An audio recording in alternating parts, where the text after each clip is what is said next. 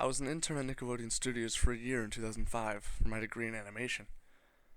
It wasn't paid, of course, most internships aren't, but it did have some perks beyond education. To adults, might not seem like a big one, but most kids at the time would go crazy over it. Now, since I worked directly with the editors and animators, I got to view the new episodes days before they aired. I'll get right to I'll get right to it without giving too many unnecessary details. They had very recently made the SpongeBob movie, and the entire staff was somewhat sapped of creativity, so it took them longer to start up the season. But the delay lasted longer for more upsetting reasons.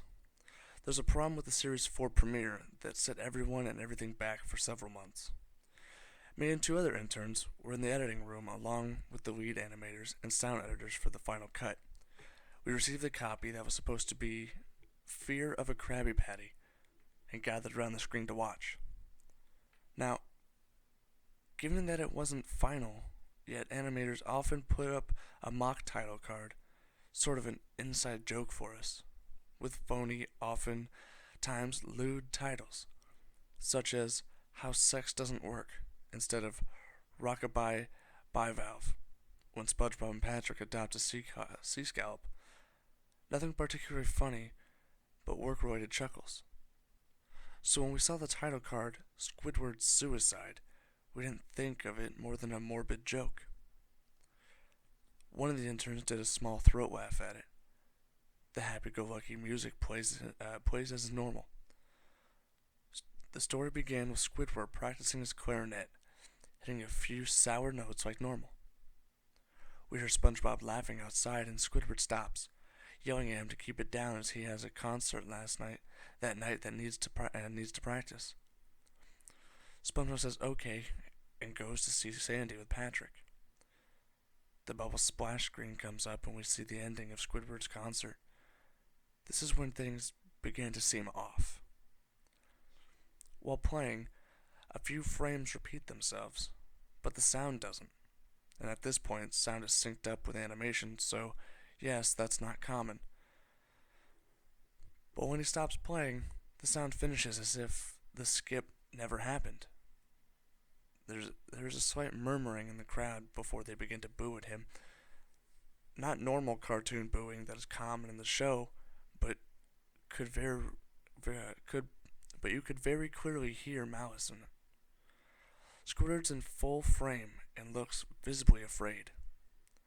The shot goes to the crowd, with SpongeBob in center frame, and he is too booing.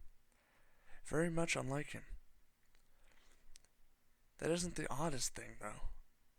What is odd is everyone had hyper-realistic eyes, very detailed. Clearly not shots of real people's eyes, but something a bit more real than CGI. The pupils were red. Some of us looked at each other, obviously confused, but since we weren't the writers, we didn't question its appeal to children yet. The shot goes to Squidward, sitting on the edge of his bed, looking very forlorn. The view out of his porthole window is of a night sky, so it isn't very long after the concert. The unsettling part is that at this point there is no sound. Literally no sound. Not even the feedback from the speakers in the room.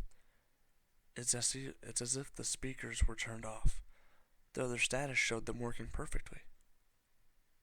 He just sat there, blinking, in a silence for about 30 seconds, and then he started to sob softly. He puts his hands, tentacles, over his eyes and cried quietly for a full minute more. All the while, a sound in the background very slowly growing from nothing to barely audible. It sounded like a slight breeze through a forest. The screen slowly begins to zoom in on his face. And by slow, I mean it's only noticeable if you look at shots 10 seconds apart, side by side. His sobbing gets louder, a more full of hurt and anger. The screen then twitches a bit, as if it twists in on itself, for a split second and then back to normal. The wind through the trees sounds gets slowly louder and more severe, as if a storm is brewing somewhere. The eerie part is the sound, and Squidward's sobbing sounded real, as if the sound wasn't coming from the speakers, but as if the speakers were holes the sound was coming through from the other side. As good a sound as the studio likes to have, they don't purchase the equipment to be that good to produce the sound of that quality. Below the sound of the wind and sobbing, very faint, something sounded like laughing. It came at odd intervals and never lasted more than a second, so you had a hard time pinning it.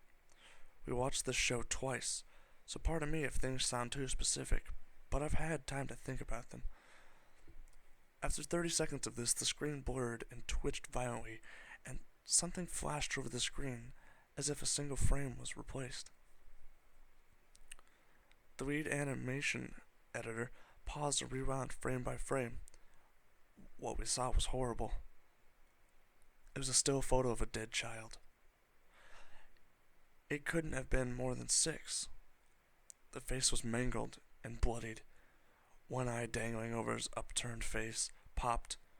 He was naked down to his underwear, his stomach crudely cut open, and his entrails laying beside him. He was laying on some pavement that was probably a road. The most upsetting part was that there was a shadow of the photographer. There was no crime tape, no evidence tags or markers, and the angle was completely off for a shot designed to be evidence. It would seem the photographer was the person responsible for the child's death. We were of course mortified, but pressed on, hoping that it was just a sick joke. The screen flipped back to Squidward, still sobbing louder than before, and half body in frame. There was now what appeared to be blood running down his face from his eyes. The blood was also done in a hyper-realistic style, looking as if you touched it, you'd get blood on your fingers.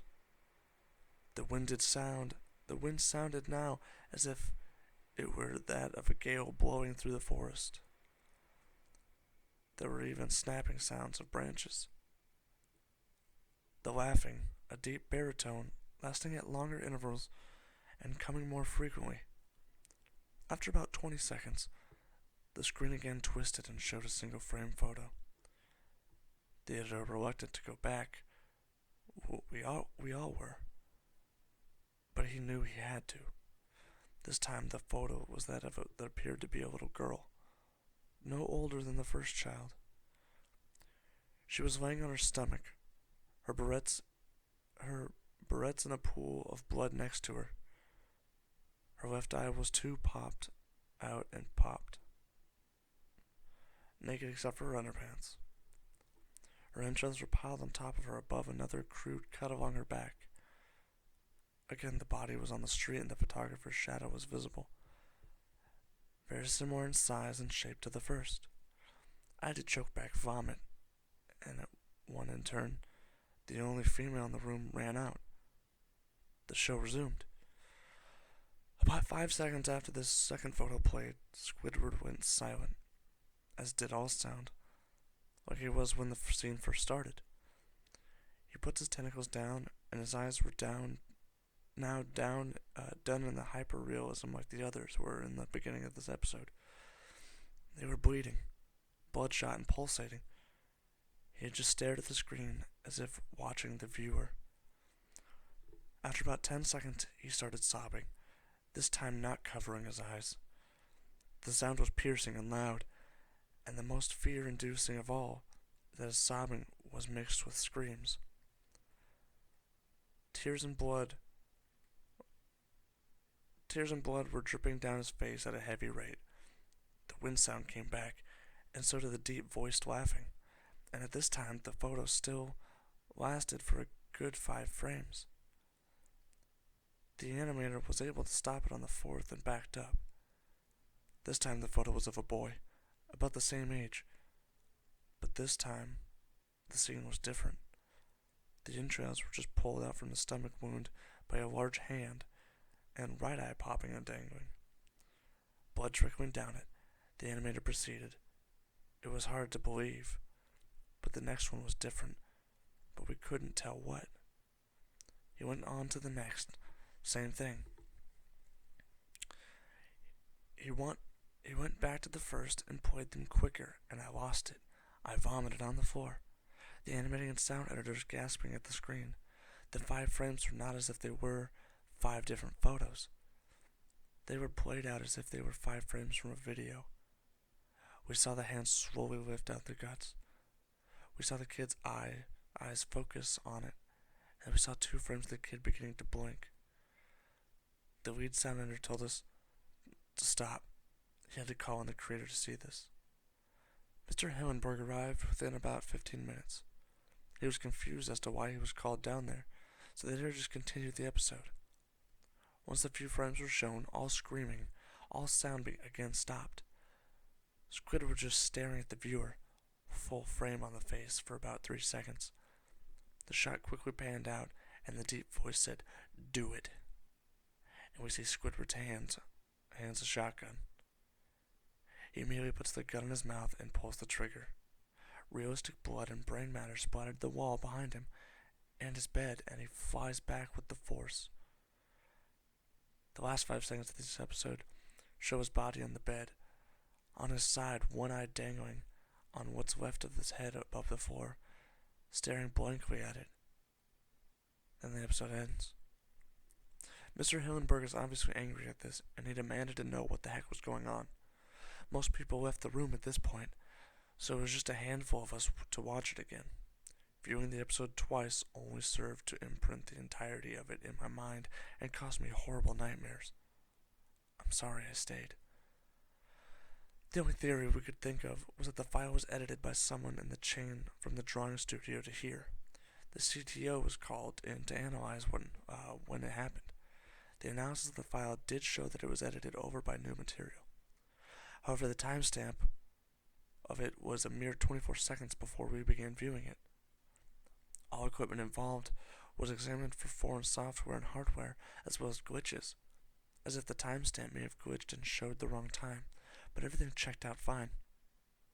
We don't know what happened, and to this day nobody does. There was an investigation due to the nature of the photos, but nothing came of it. No child seen was identified, and no clues were gathered from the data involved, nor physical clues in the photos. I never believed in the unexplainable phenomena before, but now that I have something happen, and I can't prove anything about it beyond anecdotal evidence, I think twice about things. Now, I usually do my own review of the creepypastas, and this one, when I look on YouTube, is actually kind of popular, along with a lot of the Pokemon ones. I always listened to the Squidward suicide, and at some points I'd always phase out like I was doing something else, so I never actually got the whole story until I read it now. It's not bad. I mean, it's not good either. I don't see why it's so popular. Maybe because if it's a popular TV show.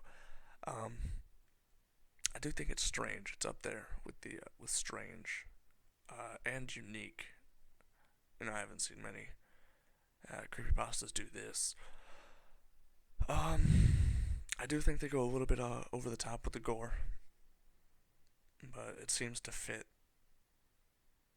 You know, there's only like 3 or 4 parts with gore, and they all said the same thing, or roughly the same. So it's not too bad, because it does fit the story. It's not like those creepypastas like I keep mentioning with the